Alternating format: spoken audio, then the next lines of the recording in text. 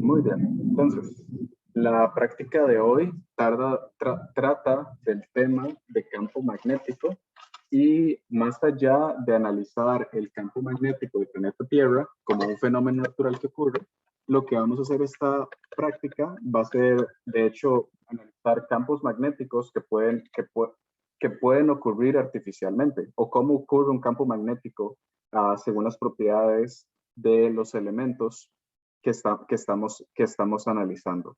Entonces, como tal, y para esto ocupo activar mi lapicito.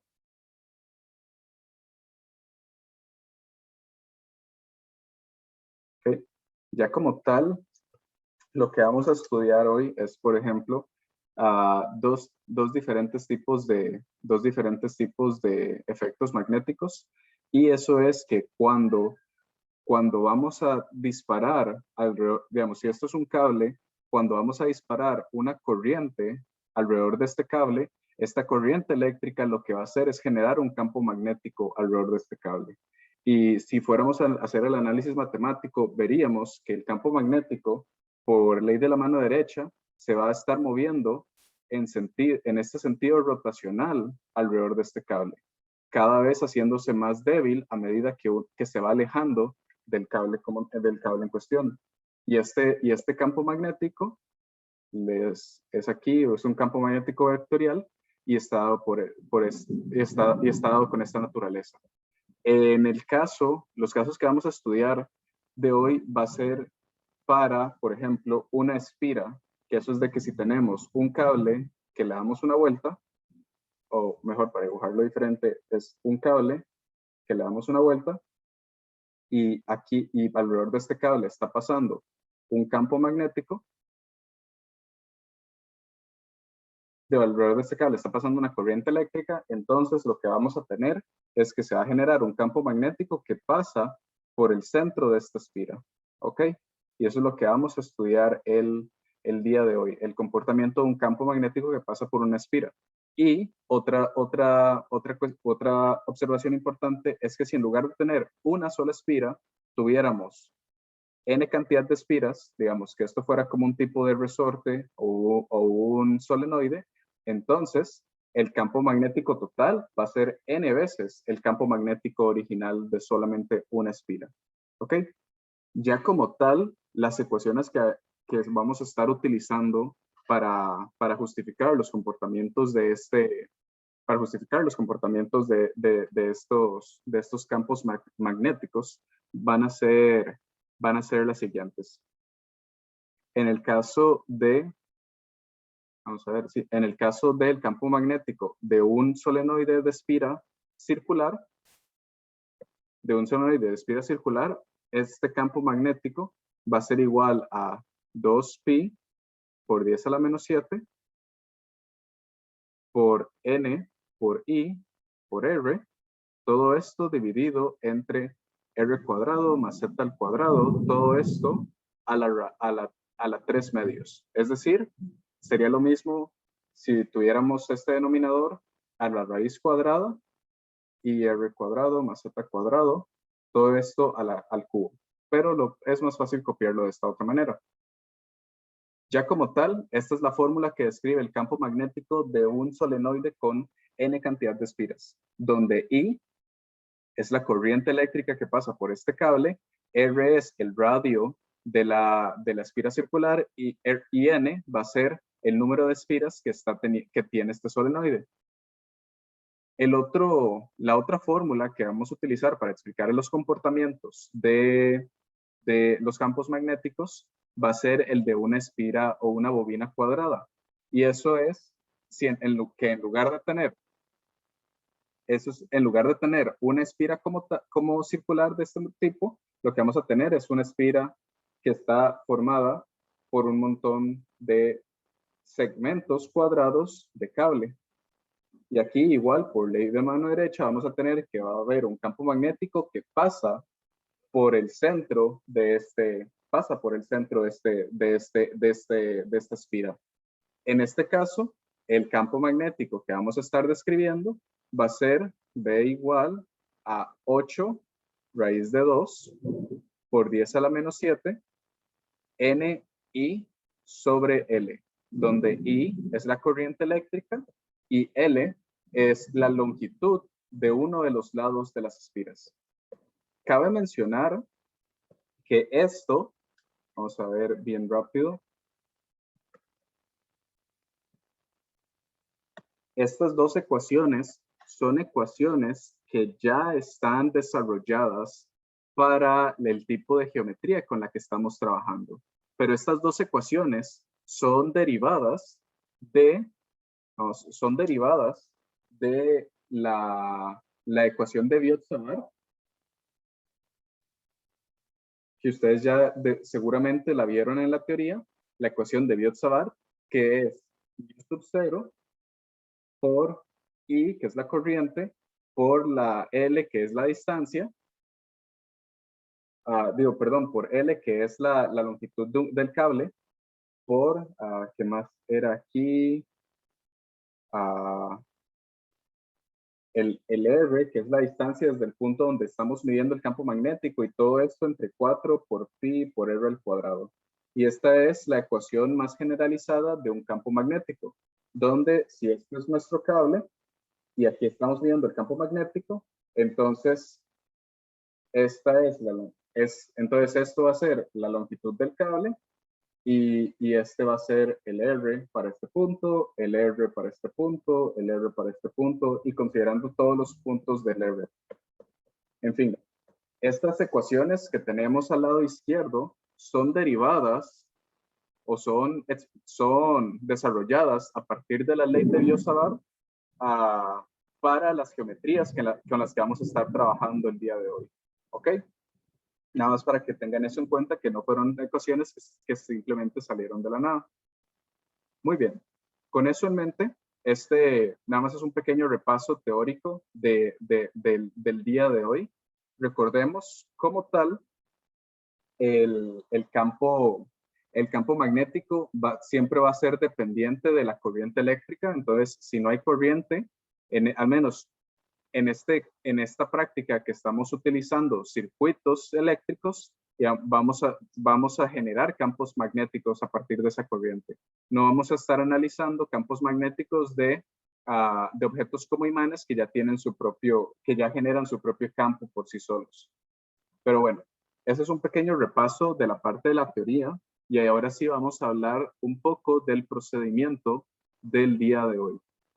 Bueno, para eso voy a colocar aquí en pantalla las instrucciones del día de hoy en el laboratorio, y tenemos lo siguiente. Bueno, el equipo, ya esto es bastante estándar. Vamos a tener datos para las bobinas, y eso es porque vamos a utilizar una bobina cuadrada y un solenoide. El solenoide, es importante que ustedes sepan cuál es la resistencia, las vueltas del solenoide, la inductancia nominal, la inductancia real y la longitud del solenoide. ¿Ok? Estos son datos que nos van a ayudar a medir el campo magnético teórico, y lo vamos a poder comparar con el campo magnético experimental que obtengamos en la práctica. Por el otro lado, la espira cuadrada va a tener 102 vueltas, y aquí hay un error que dice longitud 1 centímetro. En realidad debería decir longitud 10 centímetros. No, perdón. Longitud 1 centímetro. Ok, sí. Perdón por eso. Esto es longitud 1 centímetro, se refiere al ancho. Aquí me confundí yo. Disculpen eso. Porque estamos hablando de la espira cuadrada. Sí. Perdón por esa confusión. La longitud sí es de 1 centímetro porque se refiere al ancho de la espira, pero aquí es importante también tener en cuenta la longitud de los lados de la espira, que aquí no aparece la foto. Bueno, aquí está la foto, esta es la espira cuadrada, y la longitud la longitud de cada lado de la espira cuadrada son 10 centímetros, para que lo tengan en cuenta, porque no está dentro de los datos que nos está dando el libro de laboratorio.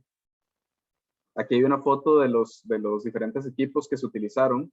Y ahora bien, esta práctica como tal no la vamos a realizar nosotros con un simulador, sino que ya se realizó esta práctica gracias a los compañeros de la cátedra y el coordinador del curso.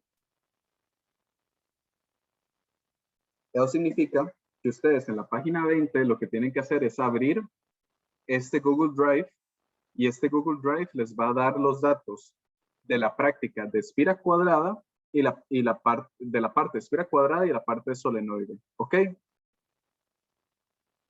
Estos son los datos de la práctica de hoy. Vamos a utilizarlos para todo, así que por favor, cuando ya estén viendo el procedimiento, abran esta parte, abran esa página y luego ya vamos a trabajar como tal. ¿Alguna pregunta hasta el momento?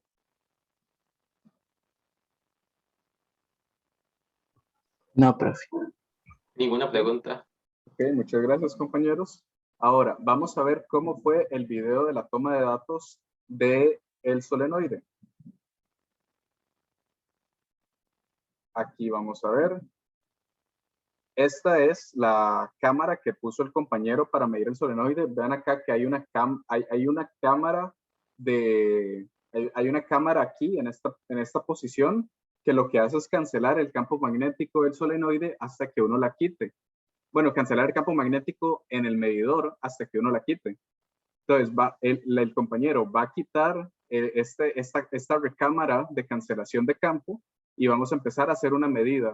Y luego lo que va a hacer es mover este medidor de campo magnético alrededor de este eje. Entonces, como ven, nos vamos a empezar a alejar del solenoide a medida que pasa el tiempo. Entonces, vamos a reproducirlo. Primero quita la recámara. Y aquí vemos las mediciones y luego aquí vimos cómo se movió. Entonces, ¿vieron aquí? Quitamos la recámara, empieza a haber una medición de campo magnético y luego, a medida que ellos alejaban el medidor, se va reduciendo el campo magnético. ¿Ok? Muy bien, con esto en mente, este es el comportamiento de la parte del solenoide. Y vamos a abrir con eso el Excel. Entonces, todo esto habla del procedimiento que hizo el compañero de la cátedra para colocar la práctica como tal. Bueno, para colocar los equipos para la práctica. Noten aquí algo muy importante. Estamos haciendo mediciones en posición axial y estamos haciendo mediciones con una corriente de 0.30 amperios. ¿Ok? Recuerden esto porque va a ser importante cuando realicen ustedes sus cálculos. Ahora, con eso, ya hicimos todo esto. Vamos ahora a ver los resultados. Vamos a bajar acá.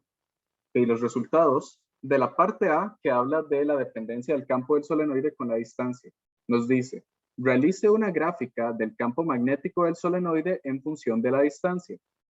Explique qué dependencia del campo magnético del solenoide explique la dependencia del campo magnético del solenoide con la distancia. Según los resultados obtenidos, determine si el solenoide utilizado se puede considerar ideal. Justifique su respuesta. Y del lado de la parte B, que es exactamente el mismo procedimiento, pero ahora con una espira cuadrada. ¿Ven? Es exactamente el mismo procedimiento. Quitamos la recámara que cancela el campo y luego empezamos a hacer mediciones y tenemos esto de acá. ¿Vieron acá? Pues esta es para la espira cuadrada, esta es para el solenoide y ahora sí, ya con eso abramos los resultados para que yo les enseñe cómo se puedan hacer estas gráficas. ¿Ok? Entonces ya como tal, vamos a ver cuáles son los datos que obtenemos aquí.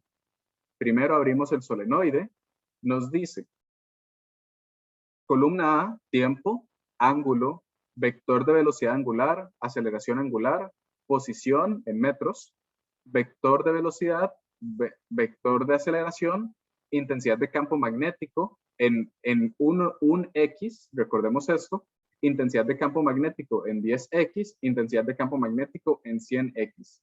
¿Qué significa esto? Significa que el valor que estamos recibiendo en este dato, cuando estamos en 1X, es que no le estamos aplicando nada de como ninguna escala. Este es el valor así como debería medirse.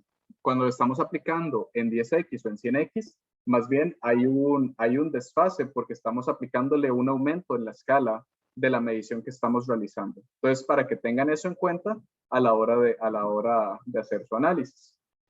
Bueno, como tal, aquí ya tenemos posición, tenemos intensidad de campo magnético, que eso es lo que nos importa para nuestro análisis. Tanto la posición en X, bueno, la posición en la general, la distancia y el campo magnético en esa posición. Entonces, con eso en mente, lo que vamos a hacer es lo siguiente. Al menos yo, por facilidad, voy a abrir un Excel. Voy a trabajar esto en Excel y lo que voy a hacer en Excel es copiar toda la columna de posición. Copiar.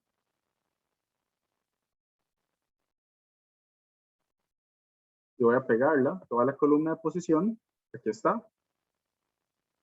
Y finalmente voy a copiar toda la columna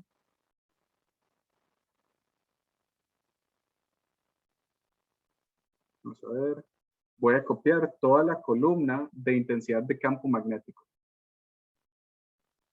hasta el puro final. Aquí está. Copiar y vamos a pegarla en nuestro Excel.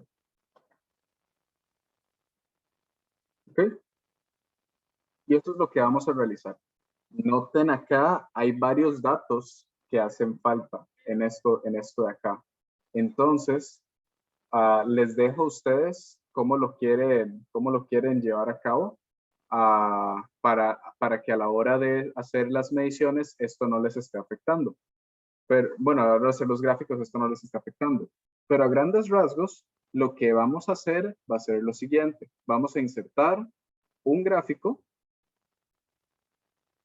Vamos a insertar un gráfico, seleccionamos datos y en los datos vamos a ponerle aquí que la serie se llama campo magnético solenoide. Los valores X son todos estos de acá y los valores Y son todos los de la columna B. Y con esto en mente le damos OK, damos OK y vean acá. Aquí está cómo se comporta el campo magnético en función de la distancia para el solenoide. ¿Vieron acá? Algo importante, vamos a ver que no me esté faltando nada. Si esto queda aquí. Ok, sí, estamos bien. Aquí, como es Excel y estos valores, estos celdas están vacías, entonces Excel no las considera para el gráfico, para que lo tengan en cuenta. En cambio, si yo pusiera un número acá, sí me los va a empezar a considerar con el gráfico. Entonces, si quieren, igual con el dato vacío, igual me está midiendo bien el campo magnético. Nada más pero que lo tengan en cuenta. Pero ya como tal, aquí tenemos una gráfica bastante buena de cuál es la medición de campo magnético en función de la distancia. Yo sí les recomendaría que tal vez podríamos omitir todos estos valores de ceros, porque la verdad es que no están aportando casi que nada a la medición de campo magnético. Si borráramos eso, que son todos los valores de cero que no significan nada, aquí ya con eso podemos tener una gráfica un poquito más bonita de que ya estamos eliminando todos estos valores que nada más me estaban añadiendo ruido a la gráfica. Bueno, como tal, ya tenemos nuestra gráfica de campo magnético en función de la distancia del solenoide. Y aquí la vemos por acá. ¿Qué podemos hacer con esta información? Bueno, en primer lugar, esto nos lo está midiendo en teslas. Entonces, nada más para que lo tengamos en cuenta que esto está en teslas. Pero nosotros podríamos graficar el dato teórico ya que tenemos el dato, vamos a ver, ya que tenemos la fórmula del campo magnético de un solenoide en función de la corriente, que esa ya la tenemos, el radio, que ese es el radio del solenoide, también lo tenemos, y el Z, que es la distancia, que es esta columna A. Entonces, podríamos realizar una gráfica que no solo, este sería el campo magnético del solenoide experimental, pero también podríamos realizar una gráfica teórica de cómo se vería esto y comparar ambas gráficas. En este caso, por ejemplo, vamos a hacer una prueba. Voy a copiar esto. Voy a pegarlo en mi Excel nada más para tener la imagen de referencia. Ok, y ahora voy a poner aquí datos experimentales. Y los datos, datos, cálculo teórico. Cálculo teórico. Y este cálculo teórico que vamos a tener por acá va a ser el siguiente. Vamos a copiarlo como tal. Nada más ocupo y va a ser 2 por pi. Perdón. Aquí me falta ponerle un más. 2 por pi. Todo esto por, vamos a ver, 10 e a la menos 7. Luego cierro paréntesis, abro y luego multiplico, abro paréntesis otra vez, n, que es el número de vueltas. Para eso vámonos al libro. Aquí nos dicen que para el solenoide el número de vueltas es de 3400. La longitud es 9 centímetros, ¿ok? Por 3400 por la intensidad de la corriente, que son 0.3 amperios, por el R, que nos dicen que son 9 centímetros, 0.09 al cuadrado, cierro paréntesis, divido, abro paréntesis otra vez, 0.09 al cuadrado, sumado la posición, que es este punto de acá, al cuadrado, todo esto elevado, y aquí mejor voy a abrir otro paréntesis, elevado, no, a la 3 dividido entre 2. ¿Ok? Y aquí tenemos este valor, que si lo pusiéramos en, si vamos a ver, todo esto está en correcto, ok. Pareciera que estamos bien. Si lo sacáramos para todos los valores, aquí ya tenemos esto. Aquí hay algo que me está haciendo falta, porque todos los valores nos están dando pues prácticamente aquí iguales. ¿Qué será? Voy a revisar.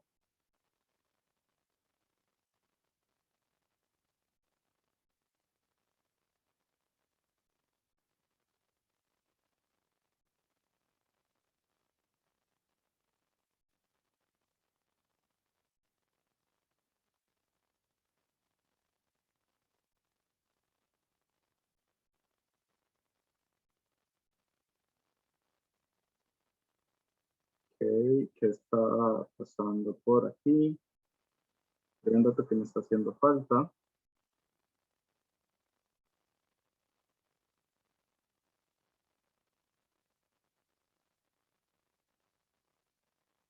Además de que esto está bajando y no debería bajar, debería subir. Perdón, sí, todo está bien.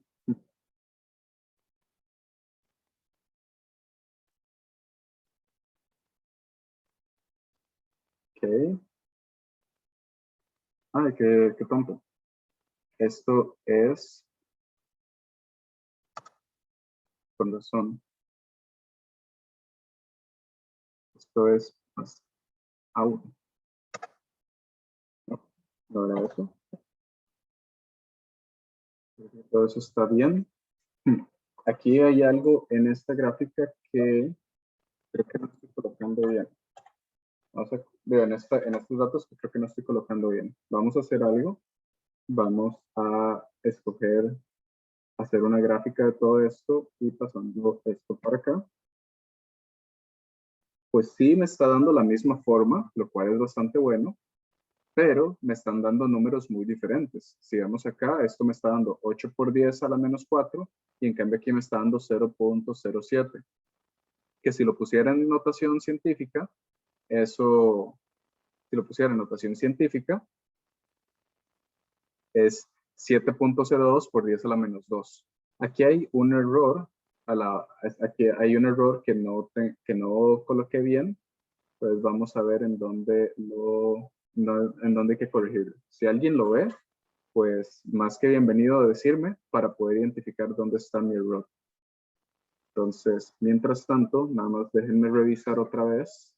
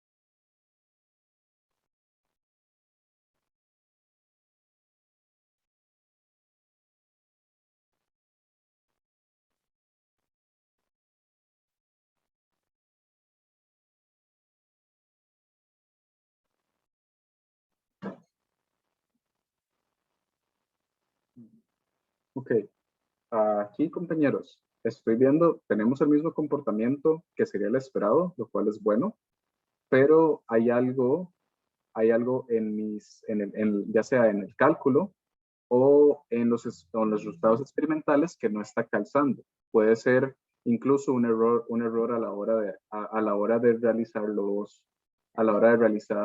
el experimento o parte de la incertidumbre de este experimento.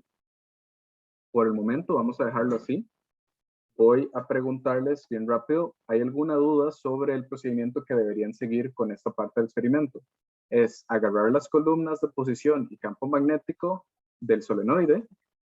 Con eso hacen una gráfica experimental y también pueden sacar una gráfica teórica utilizando la ley de Biot-Savart para un solenoide. ¿Alguna duda? Profe, pero entonces, Ajá, perdón, dale. la gráfica no debería verse si es.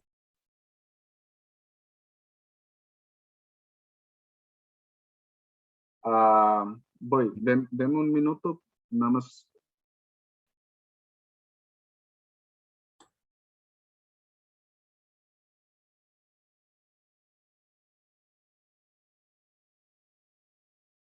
Ok, ¿puedes repetir la pregunta, compañero?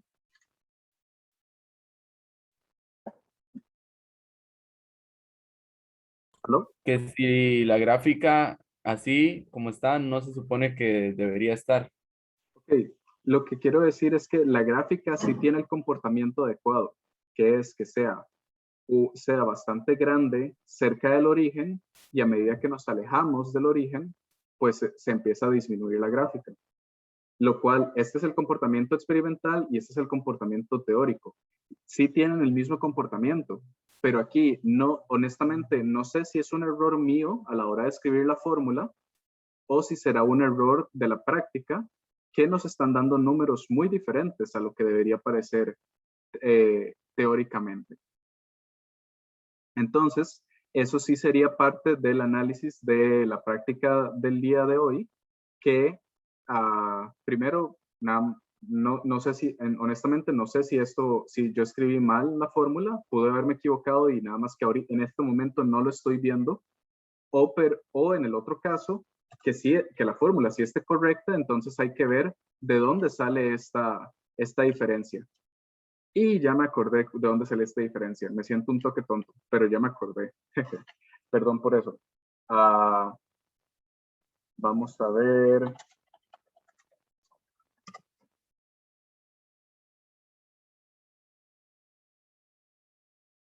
Ok. Vamos a hacer un experimento bien rápido. Y esto va a ser más esto por... mira por acá.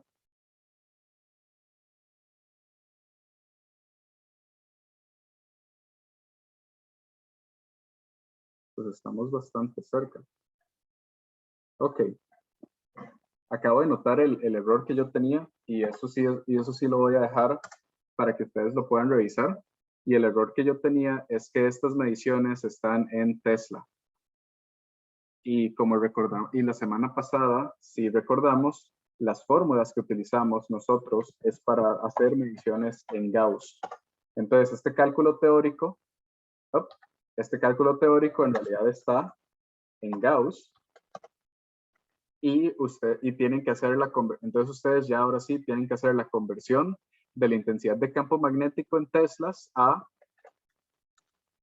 intensidad de campo magnético en Gauss.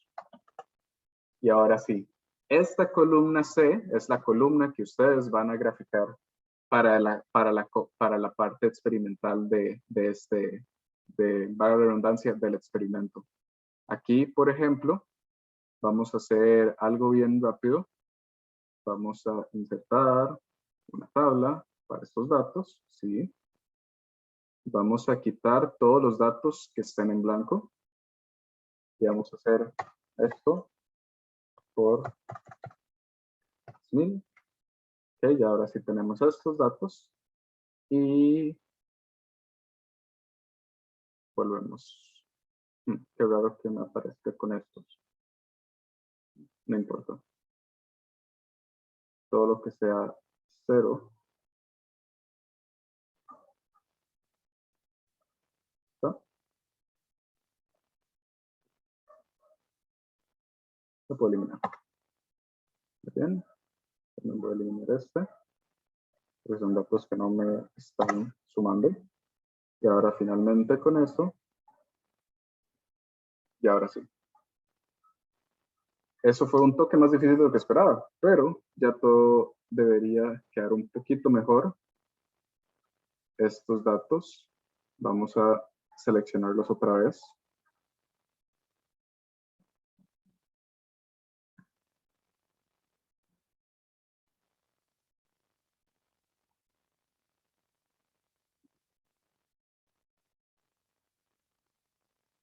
Uh-huh.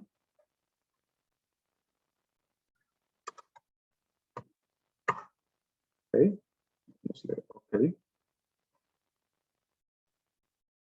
Ok. Aquí que me está haciendo falta.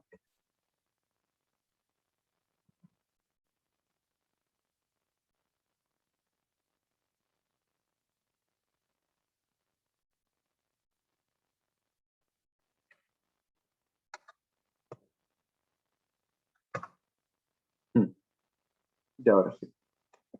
Ya tenemos los datos correctos en esta parte y en esta parte ya también deberíamos tener los datos correctos, pero vamos a confirmar, seleccionar data, valores teóricos. La primera columna.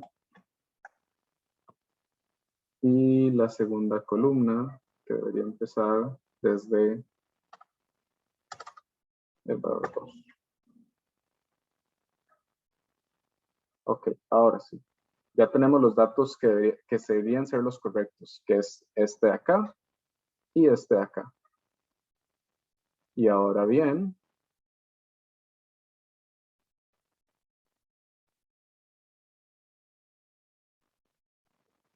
este de acá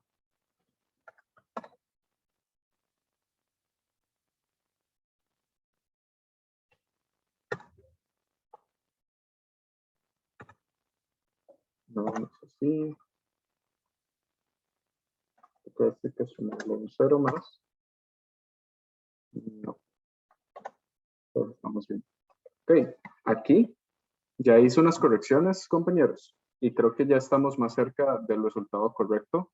Lo único que hice fue convertir el valor en teslas, que es lo que, lo que tiene la parte del laboratorio, la hoja de datos, a un valor en Gauss. Y ahora vean que ya estamos mucho más cerca. Ahora estamos E a la menos 1 y esta está en E a la menos 2.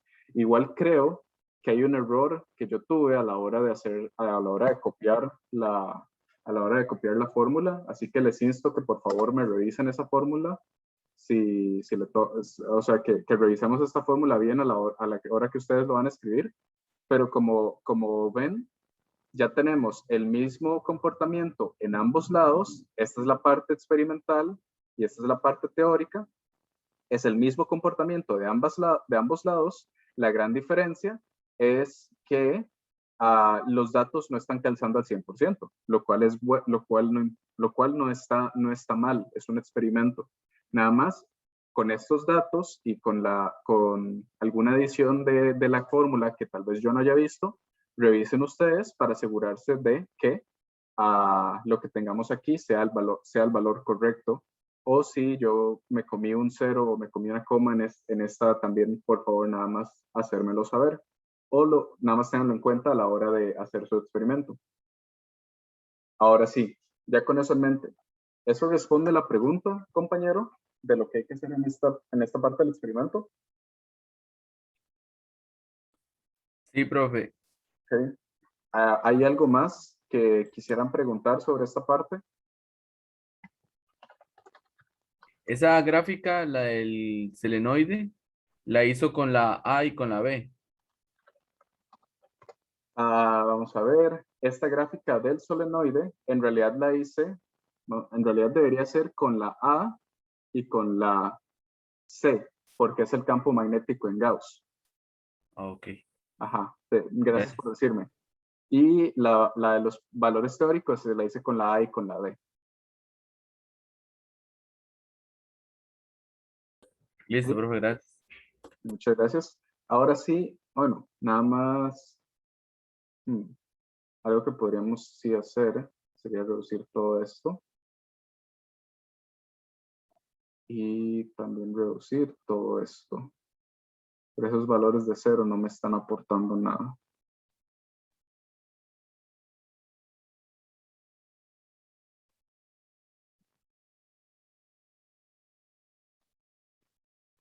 Ok.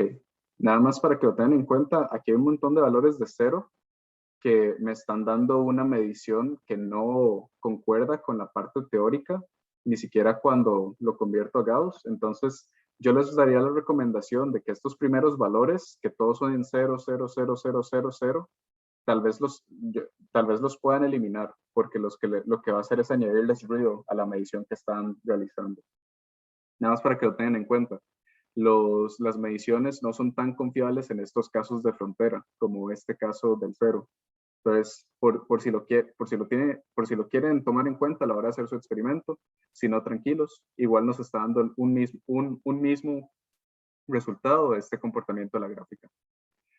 En fin, esto es con el solenoide. Con la espira cuadrada es exactamente lo mismo, pero, vamos a ver, volvamos a la espira cuadrada. Tenemos exactamente las mismas columnas. Vamos a copiar la columna de posición, que es la columna E, y la columna de intensidad de campo magnético, que es la columna H.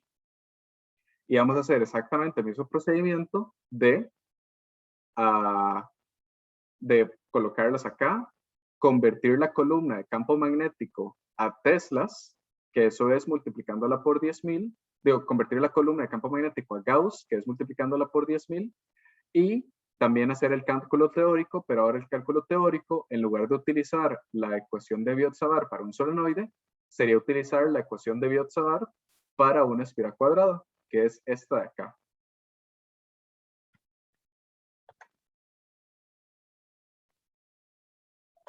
Y hacemos exactamente el mismo procedimiento. Y de la parte A. ¿Preguntas?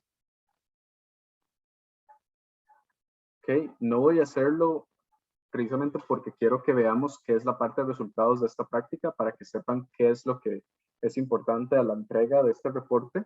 Primero, bueno, como ya vimos para la parte A, lo que hay que hacer es realizar la gráfica del campo magnético del solenoide en función a la distancia. Eso fue lo que acabamos de hacer. Esta gráfica que es la experimental y esta gráfica que es la teórica. Recuerden a la hora de hacer las gráficas, eso sí, por favor, siempre todo bien señalado y cuál es todo bien señalado con los ejes y las unidades que estamos utilizando para ser más claros. Aquí yo no lo hice por cuestiones de tiempo, para que podamos explicar todo. Y bueno, cualitativamente, quiero que me expliquen cuál es la dependencia del campo magnético en función de la distancia de donde estamos midiendo. Y además, según los resultados obtenidos, determinar si el solenoide utilizado se puede considerar como ideal. Aquí la respuesta clara es que no es un solenoide ideal y no puede ser considerado como un solenoide ideal, pero como parte de su reflexión, de su análisis, por favor indíquenme qué cosas de los resultados les puede indicar que este no es un solenoide ideal. Después de eso, hacemos exactamente lo mismo para el campo magnético de una esfera cuadrada. Vamos a realizar una gráfica del campo magnético de la esfera en función de la distancia. Eso listo. Y vamos a analizar los resultados obtenidos. Vamos a ver. Sí, eso. Vamos a hacer exactamente lo mismo, que es lo que hicimos en la parte A con esta última gráfica que sacamos, que calculamos teóricamente con la ecuación de Biot-Savart y obtuvimos una gráfica para ver ese comportamiento. Entonces vamos a hacer exactamente eso mismo utilizando, en este caso, en el caso de la ecuación, en el caso de la parte B, utilizando la ecuación 2.4, que es la ecuación de Biot-Savart, pero para una esfera cuadrada. Finalmente, ustedes igual cualitativamente hay que explicar qué ocurre con el campo magnético cuando aumenta la distancia y cómo influye la intensidad de corriente de campo magnético a la esfera cuadrada. ¿Ok?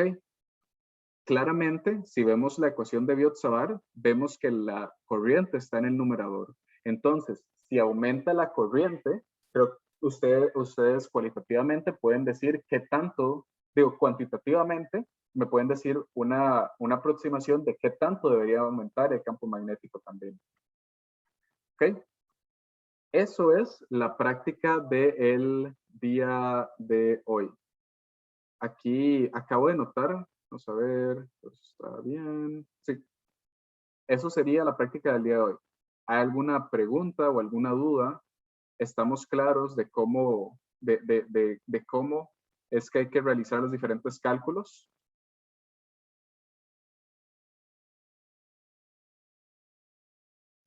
De mi parte todo bien. Ok, nada más para que lo consideremos, algo que yo no había visto, así que me disculpo por eso. La ecuación de Biot-Savart para la esfera cuadrada solo me toma la medición cuando estoy en el puro centro de la esfera cuadrada, es decir, cuando la distancia es 0. Entonces, con eso en mente, para la parte teórica no podemos sacar toda una gráfica como lo hicimos en la parte A. Más bien, es que ustedes comparen el resultado de esto cuando la distancia de los datos experimentales es igual a 0.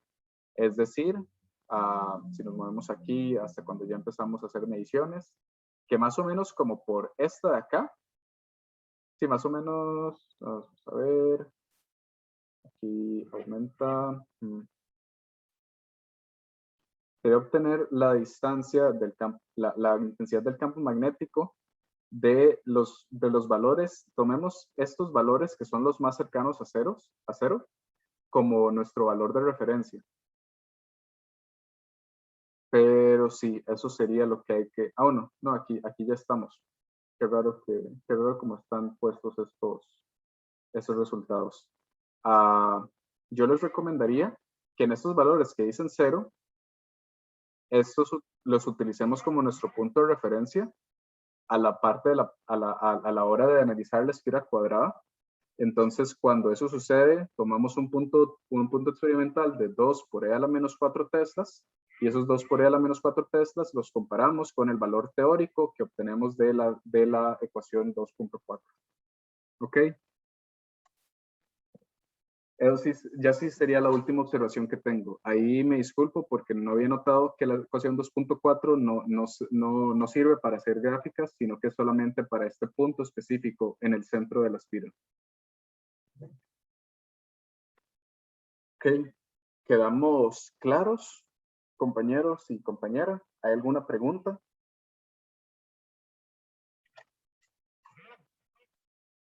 No, profe. Ok, igualmente, si tuvieran alguna pregunta, me pueden contactar por Telegram o por el correo, no hay ningún problema, a lo largo de toda esta semana y la próxima. Entonces sí, ya con eso los dejo ir. La parte de los resultados de esta práctica, me fui demasiado.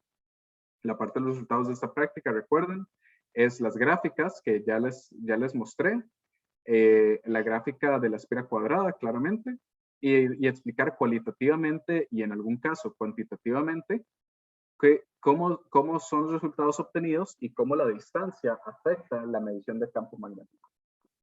Y más por el momento, creo que eso sería por el día de hoy, y los dejaría ir para que ustedes puedan hacer la práctica ya como tal. Entonces, con eso en mente, vamos a ver, están todos, Angelo, Elton, Jefferson, Joshua, Kaylin, Marlon y Santiago, sí, todos están. Y ya con eso podemos cerrar la clase del día de hoy.